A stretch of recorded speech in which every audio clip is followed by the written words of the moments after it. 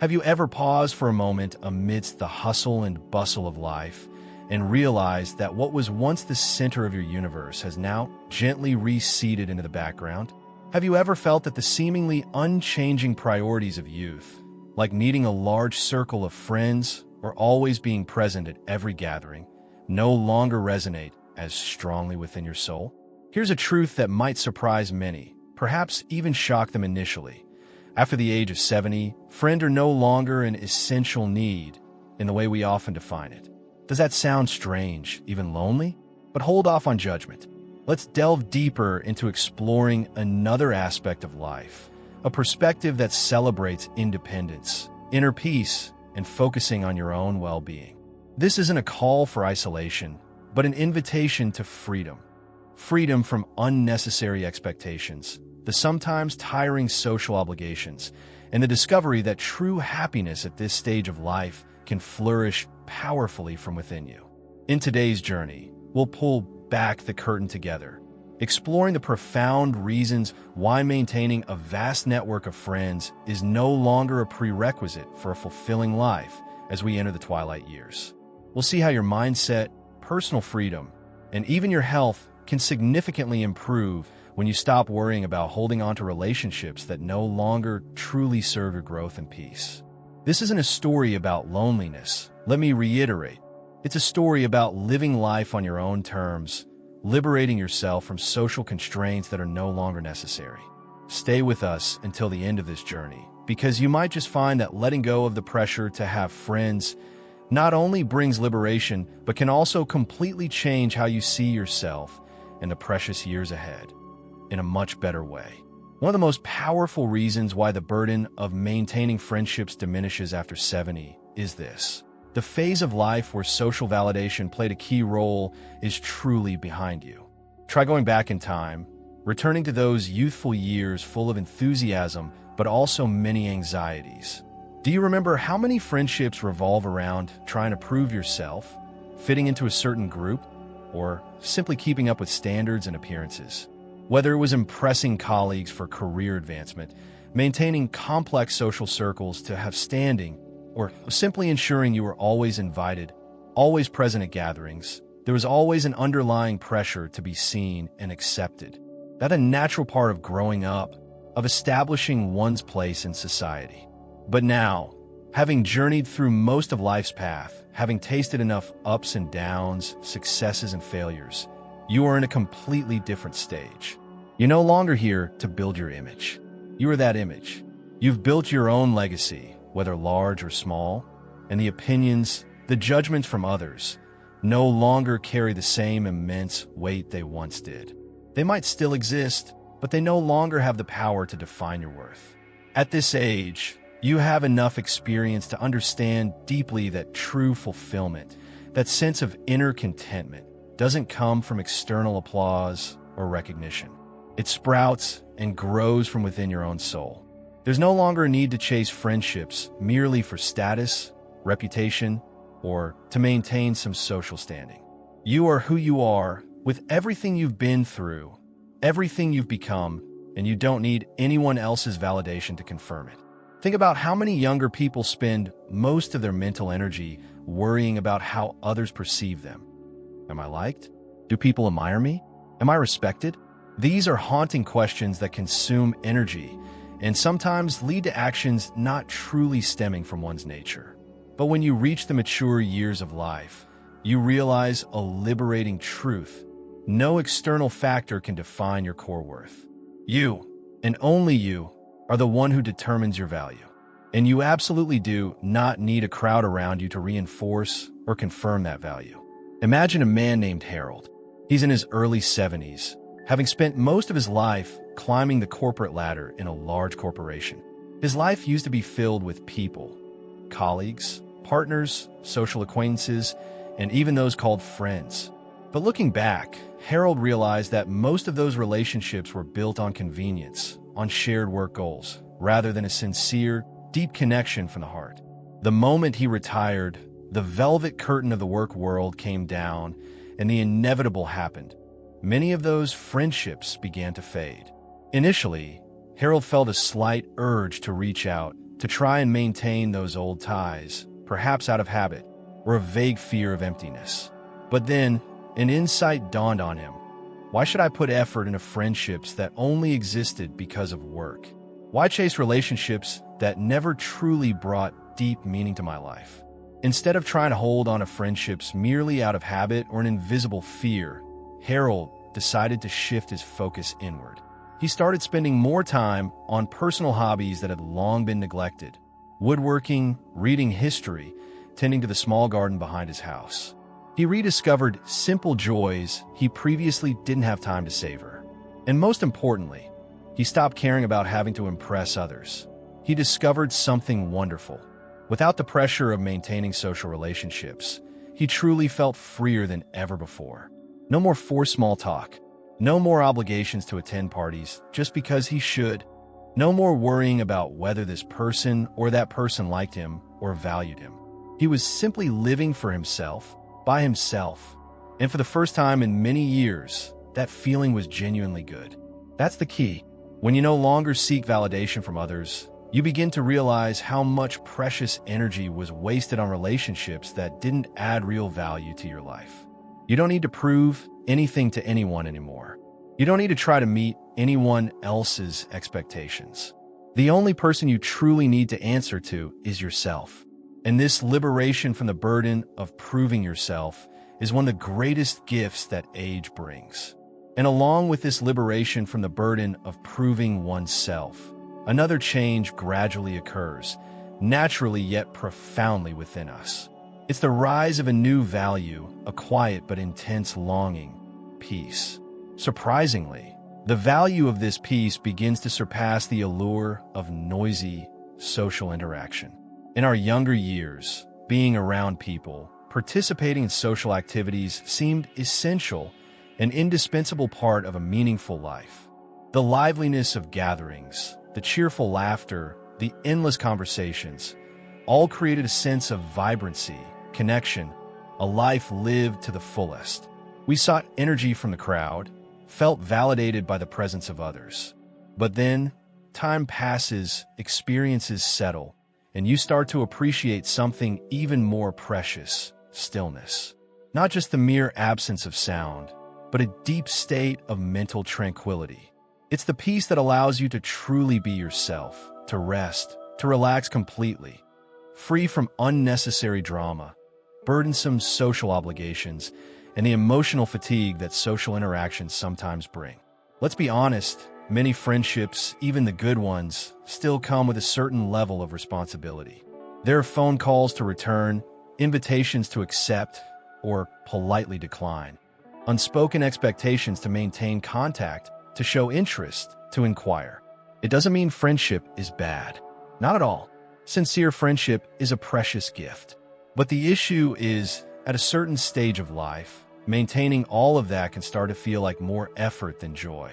The cost in terms of energy, time, and focus begins to outweigh the emotional benefits it provides, especially with relationships that are no longer truly deep.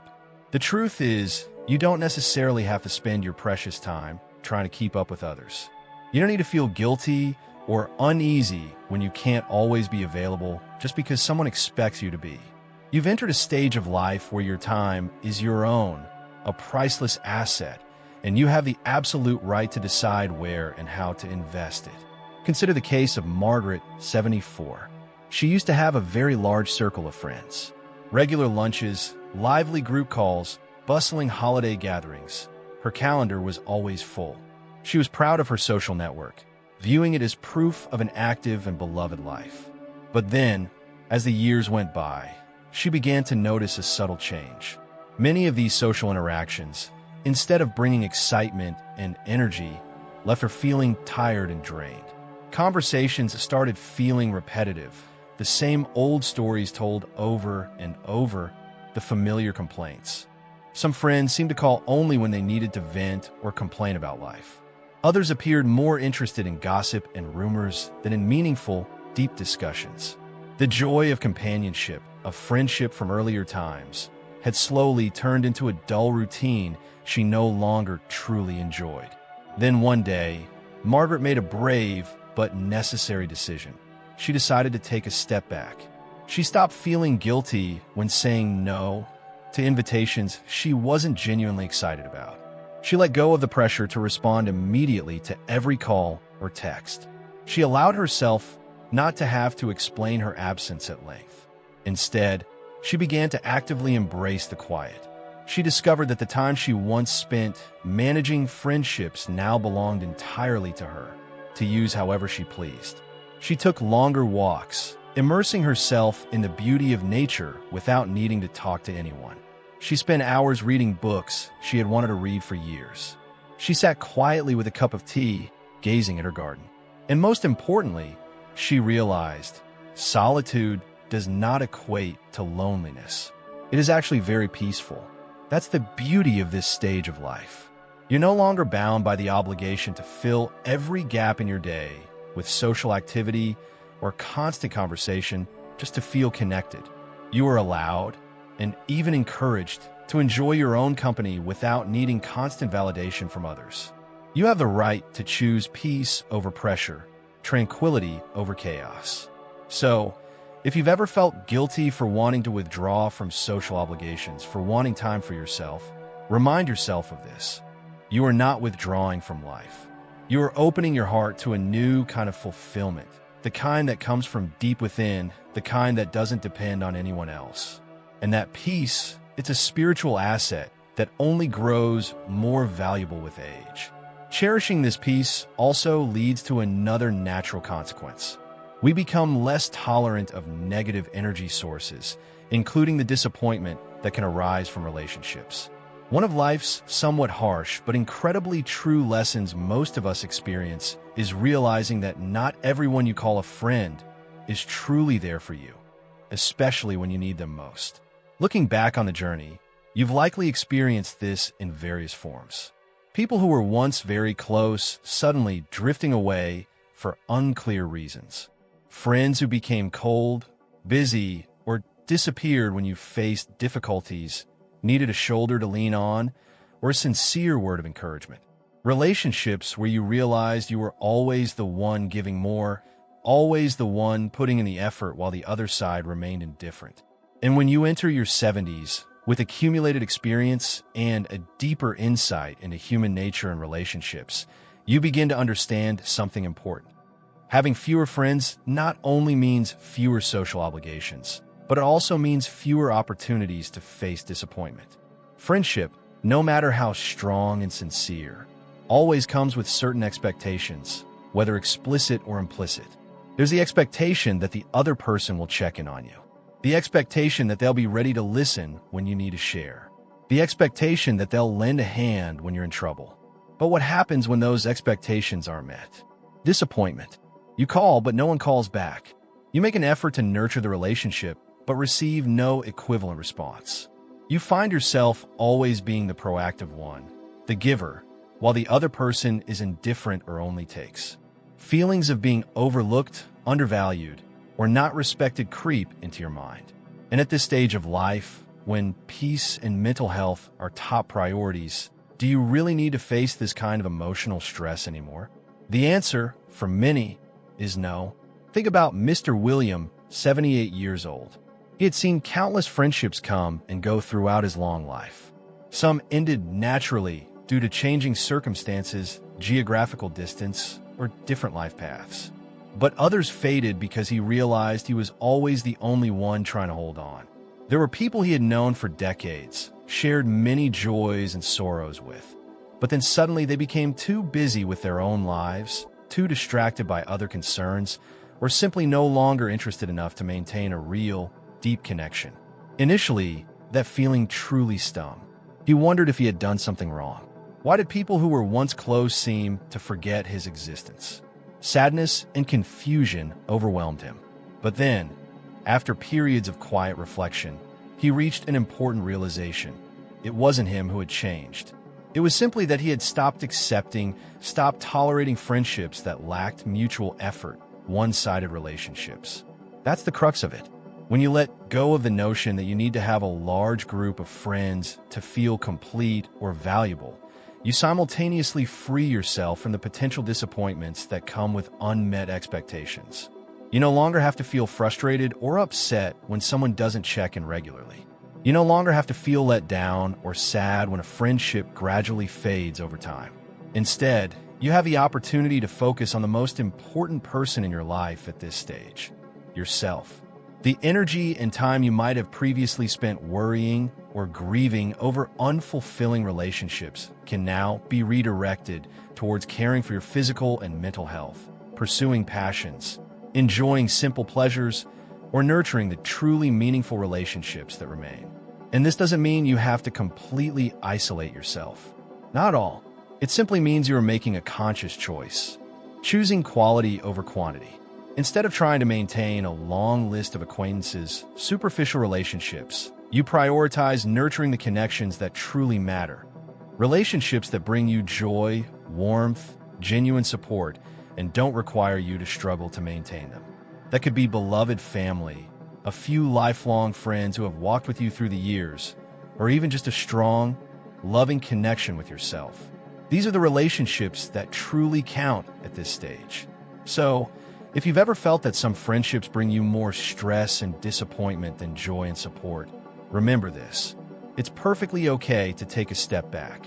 It's perfectly okay to choose simplicity over complexity, peace over negative emotions. You don't need a long list of friends to feel fulfilled. Sometimes, what you really need is the courage to let go of relationships that were never truly there for you in the first place. This awareness of protecting one's emotional energy also goes hand in hand with an ever-deepening appreciation for the value of time. The older we get, the more clearly we recognize an undeniable truth. Time is the most precious, most finite asset we possess.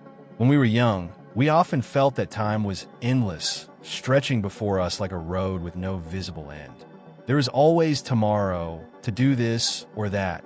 Always more time to meet friends, invest in social circles, or even worry about who was in our lives and who had left. But then, as the numbers on life's calendar grow larger, especially as you approach 70, your perspective on time begins to shift profoundly. You start to see more clearly the truth that every hour, every day, every moment that passes is a priceless gift that cannot be reclaimed. It's no longer an endless river, but more like the last grains of sand flowing through the hourglass of life. And when you truly understand the real value of the time you have, you naturally become much more selective about how you use it. You no longer want to waste it on trivial matters, superficial relationships, or activities that don't bring genuine joy or meaning. Friendship, while potentially fulfilling and joyful, undeniably requires an investment of time and energy. There are calls to make, visits to schedule, plans to keep, care to express. And while some connections are worth every second you invest, many other relationships are simply habits we carry from the past, relationships we maintain out of obligation, because we should, rather than out of genuine enjoyment and pleasure. At this stage of life, you have the absolute right, and even a responsibility to yourself, to pause and ask, is this truly how I want to use the precious time I have left? Does this relationship genuinely add to my happiness? Or does it just feel like another item on my to-do list? Is the energy I invest in this relationship commensurate with the joy and support I receive in return? Think about Mr. Richard, a man in his early 80s. He once had a very active social life, filled with frequent dinner parties, group outings, and regular phone calls. He believed that staying busy with social activities was the key to living happily and healthily in old age. But over time, he began to feel something wasn't right. The long conversations that once felt enjoyable now felt tiring and draining. The social gatherings that used to bring excitement now felt like obligations. One day, while sitting through yet another lunch filled with repetitive small talk and familiar complaints, a clear realization struck him. He didn't want to spend his time this way anymore. So, he made a change. He stopped saying yes out of habit or fear of offending. He started learning to say no, gently but firmly, when he genuinely didn't want to participate.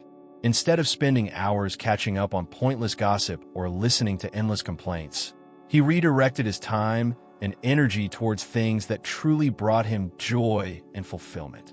He read more, walked in the park every morning, joined a watercolor painting class. He spent more quality time with his family, with those who truly mattered. And sometimes, he simply sat quietly, enjoying the peace of his own home, in his own company. And what was the most surprising part for Richard himself? He didn't feel lonely at all. On the contrary, he felt more fulfilled and content than ever before, because finally, he was using his time in ways that truly mattered to him, not in ways that others expected. That's the power of recognizing the value of time. When you dare to let go of unnecessary friendships, tiring social obligations, you gain back something more valuable than gold. Time for yourself. Time to do the things you love. Time to enjoy life at your own pace. Time to focus on your own happiness and health, instead of trying to meet the needs and expectations of others. Time to reflect, to connect more deeply with your inner self. So, if you ever find yourself wondering whether to continue maintaining a certain friendship, ask yourself this crucial question. Is this the best use of the precious time I have? Because at this stage of life, you don't owe your time to anyone. You have earned the right to use the remaining gift of time however you choose, in the way that brings you the most peace and happiness. Recognizing that time is finite and precious often leads us to discover another limitless resource right within ourselves: the capacity for self-companionship. One of the most common misconceptions about aging, a pervasive fear sown by society, is that you need a large circle of friends, must always have people around, to feel happy and avoid loneliness. But the truth, a liberating and powerful truth, lies elsewhere. The most important, most enduring companionship you can have is the one you build with yourself. By the time you reach 70, you haven't just aged physically. You've spent decades learning, growing, stumbling, getting up, loving, losing, changing, and evolving. You've accumulated a treasure trove of life experiences, a self-understanding unmatched by anyone else. You know your strengths, weaknesses, core values, what truly brings you joy and meaning. You know who you are more deeply than anyone else could possibly know you. And with that deep self-awareness comes an extraordinary realization, a simple yet profound truth. You are enough. You don't need anyone else to complete you. You don't need a crowd to fill a void. You, with all that you are, all that you've experienced, are a complete universe. For much of our lives, we are often taught, programmed, to seek companionship and validation from the outside world. Society tells us that extensive socializing, having many friends, is the key to happiness. That loneliness is something dreadful to be avoided at all costs. But there's a crucial difference between being alone and being lonely. Being alone is a physical state, while loneliness is an emotional state. And interestingly, many of the happiest, most peaceful people in their later years are those who have learned to appreciate and embrace solitude, not as forced isolation, but as a precious opportunity to explore themselves more deeply, to reflect on life, to find true peace from within. Listen to the story of Eleanor, 76. She used to believe strongly that she needed to always be surrounded by people to feel fulfilled and that life was meaningful. She was the initiator of plans, the one always calling to check on friends, the one filling her days with all sorts of social activities. She feared the feeling of emptiness, feared silence. But after living according to that rhythm for a long time, she began to notice something strange. Despite her busy schedule and always having people around, she often felt more drained and empty than uplifted or energized. She realized that many of her friendships were maintained primarily out of habit and convenience, rather than a sincere, deep connection from the heart. And worse, she found herself constantly adjusting herself to fit into conversations, to keep up with social expectations, to avoid feeling left out or abandoned. Then one day, she decided to stop. She no longer tried to fill every void with social activities. Instead, she decided to spend time with herself, the way she would with a dearest friend, doing things she truly loved, listening to her own thoughts without judgment, enjoying her own company in silence. She started taking long walks alone in the park, no longer feeling the pressure to call someone to fill the silence. She went to her favorite cafe with a good book instead of trying to strike up conversation. She spent quiet evenings reflecting on her life, instead of worrying about maintaining friendships out of obligation. And something magical happened. She felt lighter, happier, and more at peace than she had felt in years. She discovered that she actually enjoyed being with herself. That's what many people don't realize. True companionship isn't measured by the number of people around you. It's measured by the level of comfort, acceptance, and love you have for yourself when you are alone. When you stop depending on others for entertainment, validation, or conversation to fill the void, you unlock a level of inner freedom that most people never experience. You no longer need external distractions to take you away from yourself. You become your own source of joy, wisdom, and fulfillment. And the beauty of this? When you truly enjoy your own company, you no longer emit signals of neediness or necessity. Instead, you radiate an energy of sufficiency, of peace. And paradoxically, but truly, that very thing attracts higher quality relationships into your life naturally. Instead of having to chase friendships out of fear of loneliness, you'll find that the right people, those who truly resonate with you on a frequency of sincerity and respect, will naturally find their way to you. They come as gifts, not as needs to be met. So, if you've ever worried that letting go of some friendships might leave you feeling alone, remember this. The best companion you can ever have is already there, right inside you. And when you learn to cherish, love, and connect with that companion, you'll realize you were never truly alone in the first place. All these realizations about no longer needing to prove oneself, about the value of peace and time, about inner sufficiency, ultimately lead to a powerful act of liberation, learning to let go. One of the most potent, most freeing actions you can take after 70 is learning to let go. Letting go of the pressure to maintain friendships that no longer bring joy or growth.